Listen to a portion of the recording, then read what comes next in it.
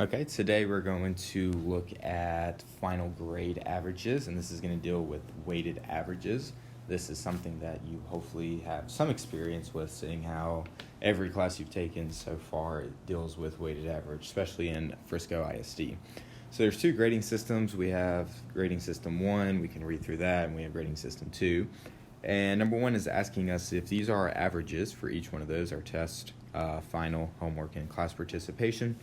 Which grade system would we prefer and why? Wants us to round to 1 decimal place. So if we look at our percentages there, we need to change these into whole numbers. So 40% would be 4. We have 25% or 0.25, 0.1, and we're going to do that across the board here. So just moving our decimal place over once to get to whatever our whole number, or in this case decimal, would be. So we're going to have our two systems. So I got system 1, and then we get a different color here for system 2. So I'm going to set up system 1, and then I'm going to have you go and do system 2, and then we'll figure out which one is going to be our preferred one. So solving it is pretty easy. I need to just look at, here's my test average of a 84. That's 40% of my grade. So I'm going to go with 0.4 in parentheses, this 84. Plus, I'm going to do the same thing with all of these. So 68 is going to be for my final grade average, our final exam, 0.25 to 68, 0.25 as well. For our homework at 90%, and then our class participation is at 0.1.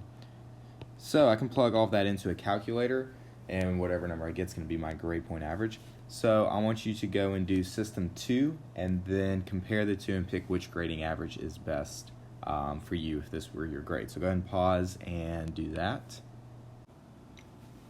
Okay, so after plugging all of that in, here's the answers that we got. So we got 82.6 and 83.6. So which grading system would we prefer? Should be obvious that system 2, we want the highest grade possible. So that's going to be the one that we pick for this scenario here. All right, so for our next question here, it says that if you score 10 points higher on the final exam, how does your grade average change under this system? And then we're going to pick which one that we want between our two systems there. So we're still going to use system 1 and system 2 from above. So if our final grade point average is going up 10 points, it was originally a 68. We're going to move that up to a 78. So I'm going to quickly write all of our original grades up top so we can see those. All right, so up top was what your grade averages were. So here's our final going from a 68 to a 78. And then below I copied down the system so we can see that all on the same screen. So what our two systems, the weighted averages for each of those were. So just like the problem before, I want you to do the same thing. I want you to figure out what's going to be the better system for us if we have 10 points higher on our final grade. So I want you to pause and take care of that part. Okay, so with our two systems here, when we upgrade or if we get 10 points better on our final, that takes it up to a 78. And if we look, we get the same exact grade on each one of them. So obviously, between the two systems, doesn't matter, we'll get the same grade on it, but we'll see how those even out. So originally before, it was system 2 that was a point ahead, but because that, if you notice that 15% going up 10 points on your final, it's going to be more on a system that's 25% compared to the 2. So if we look at our next one here on number 4, this time we're using Frisco ISD's grading system. So we have our 6 minor grades there, and it looks like we have 3 major grades in this case. So for this one, I want you to try this one on your own as well, what your grading average would be under Frisco ISD's grading system. So I need to know what the average of my minor grades is, and that's going to be 40%. And I need to know the average of my major grades, and that is going to be 60%. So I'm going to pause, and you go ahead and work this one out and get what your average would be if these were your grades in the Frisco ISD system. Okay, so like I said, we need to take the averages of our minor and major grades. So we have 6 minors, add those up, divide by 6. We have 3 majors, add those up, divide by 3. So once we get those two averages, we can kind of plug it into our formula. So 40% of our minor average, which is right here, and then 60% of our major average, which is right there. So you can plug that into our calculator and get a final answer. So we would have a 78.7, and then that would round up to a 79 right there. All right, so the last question we're going to look at is actually two more. I'll work one and have you work the other.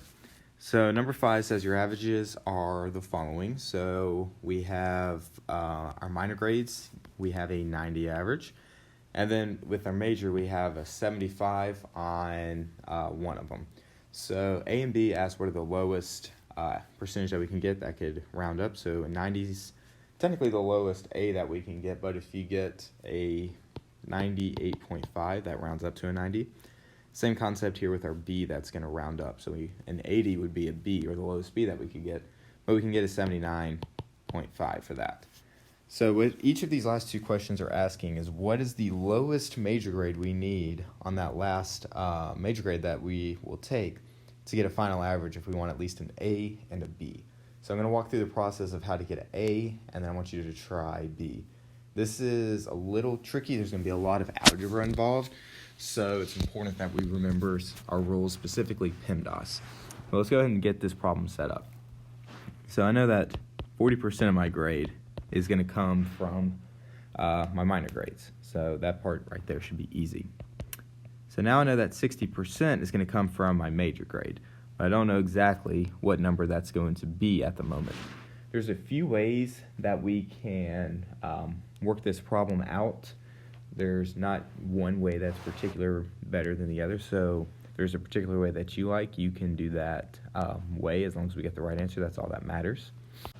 The way that I'm going to go is kind of taking it one step at a time. So here's how my equation is going to get set up. 40% of my 90 right there, 60% of my major, so I don't know what that is yet. That equals 89.5. So what I'm going to do is figure out what my average is going to be. So whatever I get for X, that's what my average of my major grades needs to be. It's not going to be what grade I need to get, it's what average it needs to get. So we'll do that in our second part. So I'm going to solve down. So if I take care of what's over here, that's going to be 36, 6x, or 0.6x equals the grade average that we want to get. So I'm going to subtract 36 from both sides. So this should be easy algebra for us to do. I'm going to divide by 0.6. So the answer I get for x right here is going to be 89.2. So I ended up rounding that there. It's going to be like 0.1666 going on forever. So like I said, this isn't necessarily, or this isn't the grade that I need to get. This is what my major grade needs to average out to be. So if I think about it, I'm going to have two major grades. So my major grade average is going to be the 70. Let me do this in a different color. It's going to be the 75 plus whatever that major grade is going to be. I don't know yet, divided by 2. But I know it's going to equal this 89.2. So what I'm going to do now is solve for x. So I got a fraction here. To clear this fraction, I need to multiply both sides by 2 over 1. So what that's going to do over here, those 2's are going to cancel. So what's on top is going to move down. So this is going to be 75 plus x equals, and then on this side, I'm going to have 78.4. Then I'm just going to subtract 75 from both sides to get my final answer. So x is going to equal 103.4. So I would need to get 103.4 at least on my last major grade.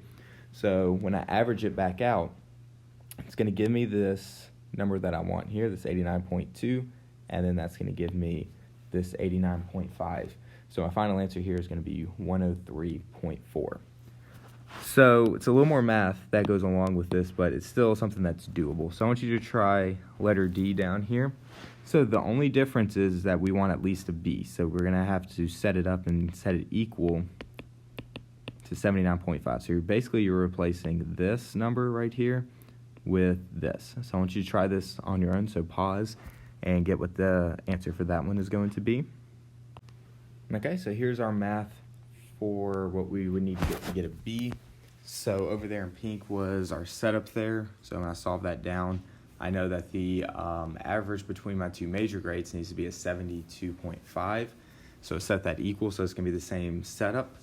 And when I do that, I see that x equals 70. So if I get a 70, add that with my 75, divide it, that's what I'm going to get for my major grades. And then combine that with the 70, or the 90, sorry, that we have for our minors. We're going to get at least what we would need. That would be the bare minimum to get a B in that class. So I think when it comes to these problems, the first few are pretty easy in terms of figuring out what our grade's going to be, but figuring out what grade we need to get requires a little bit more math. So that was 1-7, which is grade point averages.